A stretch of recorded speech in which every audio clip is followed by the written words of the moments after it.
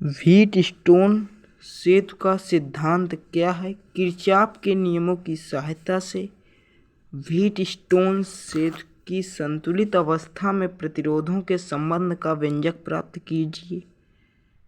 2017 में भी पूछा गया, 2020 में, 2022 में भी पूछा गया है। फिर है अथवा मका लगा है। व्हीटस्टोन सेतु का परिपथ चित्र खींचिए तथा इसकी साम्य अवस्था के प्रतिबंध का एक व्यंजक प्राप्त कीजिए।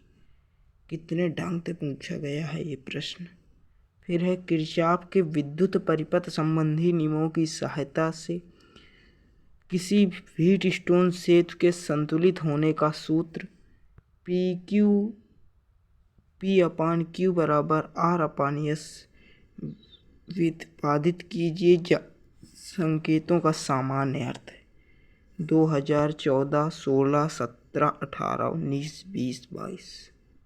क्या होता है व्हीटस्टोन सेतु का सिद्धांत? इस प्रकार से इसका फिगर बनेगा। ये इसमें मतलब PQRS प्रतिरोध दिए हैं।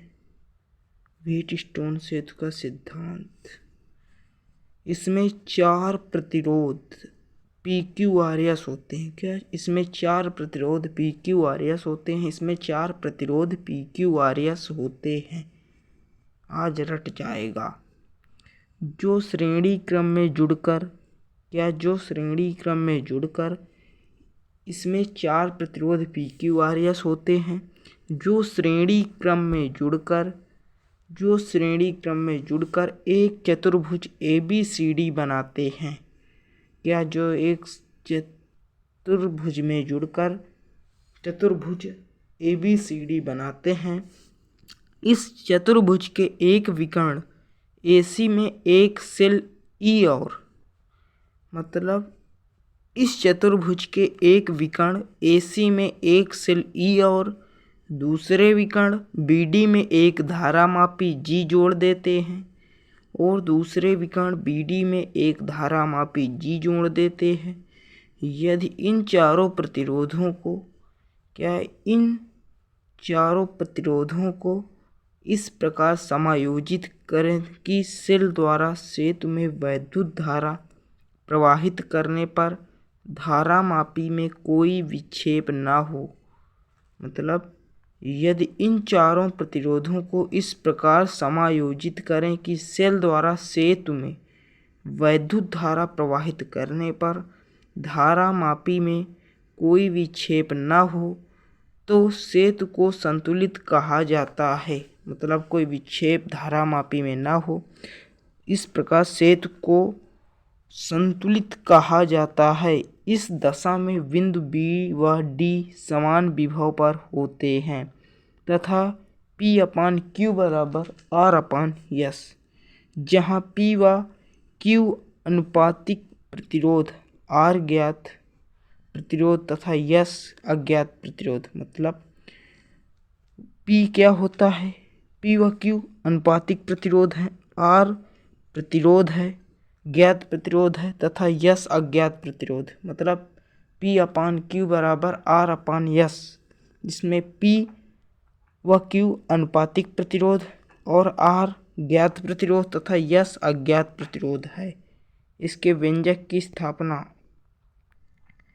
सेतु में संतुलित अवस्था में विभिन्न भागों में धारा का विवरण चित्र में है। मतलब इसमें जितना क्या होता है, इसमें जितनी मतलब पूरा चित्र में बताया गया है। जैसे P B A double dash S होगा, इधर E हो गया। सेतु की संतुलित अवस्था में विभिन्न भागों में धारा का विवरण चित्र में दिखाया गया।